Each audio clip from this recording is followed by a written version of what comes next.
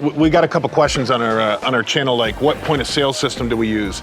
And we use a program called Consign Pro, right? What I like about Consign Pro is, you know, anytime you get in a load, anytime you get an inventory, you can put it in the inventory just by simply clicking Add Inventory. But you can also take, like you might have somebody come in from off the streets that's selling some surplus product. You can add a consignor or add a new person that's selling to you, so you can have thousands of different consignors. That's people who supply inventory for you. You have a button to find your suppliers.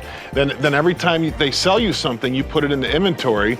You can find your inventory. You can add new inventory. You can look up invoices that you made sales. You can add in all your employees and make employees sign on and off so that you can have cash accountability to your drawers, all your reports. I've been using this software probably for about almost 20 years now, and they just keep upgrading it. And they have great customer support from their from the manufacturers. You can see it timed me out right there, so now I got to sign back in. So it's real simple to make a sale. Boom, here's your sales screen. We just use our barcode scanner because they print out receipts on barcodes. There's got to be some here I can show you. Everything gets a barcode, so right here you can see on this item, this is an Echo Dot that I got in the other day. So here's my inventory number, 719843. It puts it in a category and then a description of what it is, the date it came in, the price I'm selling it for, and then this one would be the consigner that brought it in. So if you have a same guy, you know, he might be consigner 100, right? This is consigner 1, which is me. That means that I brought this item in, and so that means I bought it from a truckload. But you can assign a whole truckload. You know, you can create a new consigner, and that can be, you know, Amazon truckload number 527, right? And then you can put everything underneath that one consigner, that one truckload, and be able to count how much you're making off the truckload. Obviously, it doesn't really work for a bin store because you're just kind of doing bulk sales. But when you're in the liquidation business, I really recommend this software. It's not that much, and I don't make any money talking about it. I believe it's like $1,000 to buy one point of sale system, then maybe $800 to buy more. We have 1, 2, 3, 4, 5. We have 6 point of sale systems hooked together to run our store. Networking does become a little challenge. When you do, you know, they will help you out.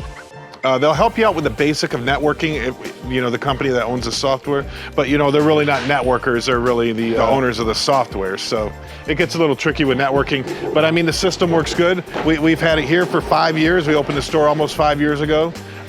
It's flawless, hardly ever shuts down.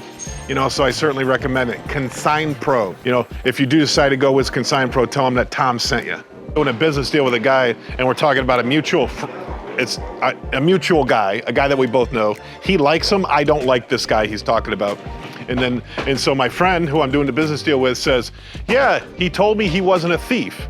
And then he told me he wasn't a thief again. And he says, if somebody tells me twice they're not a thief, the first time they're letting me know. The second time they're trying to convince me. So when you tell me the second time, then I know you're a thief, right? Because you wouldn't have to say it more than once. So, I mean, that resonated. I mean, this is over 10 years ago. That resonated with me, right? If you have to say something more than once, you're trying to convince people of it, as opposed to trying. I mean, maybe they didn't hear you the first time, but if you keep saying you're not a thief, you probably are a thief. And I believe that guy was a freaking thief. I'm not going to mention who I'm talking about, though. Come on, man. I'm coming around. This is good content. We're talking about huggers here. Are you a hugger, Stanley? Yes.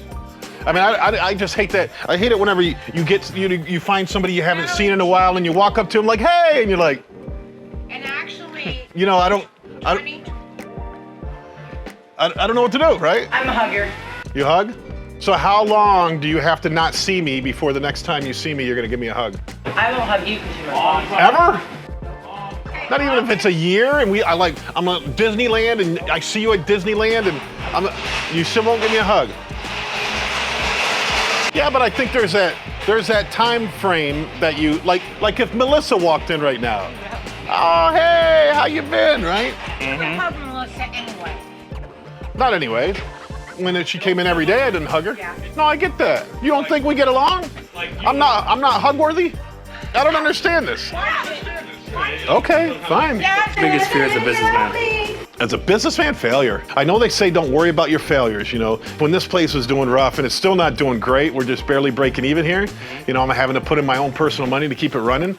You know, it's like, I don't want to do a YouTube video, right, and say that, hey, I'm failing, right? That's not good content. I don't want to tell friends, oh, hey, how's business going?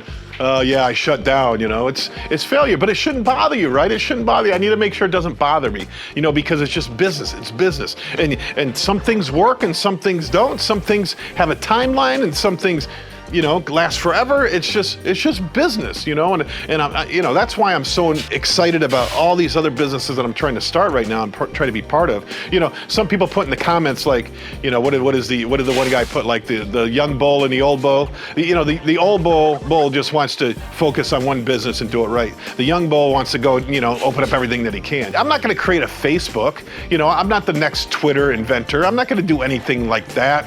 You know, billion-dollar companies. So let me just buy companies that make $100,000 a year and try to operate them efficiently, making phone calls, making sure that they're staffed correctly, making sure that they know how to operate, and then we can make money. And let me just buy 10 of those and make $1 million a year. That's my goal. I think it's a pretty good goal. And I've failed a lot. I've failed a lot in business. I've closed down lots of stuff, but you know, all you need is the 1, 2, 3, 4, 5, 10 good businesses that you have that you can keep open, that you can keep going, that you can keep making money from. And that's, you know, that's what I'm striving for right now.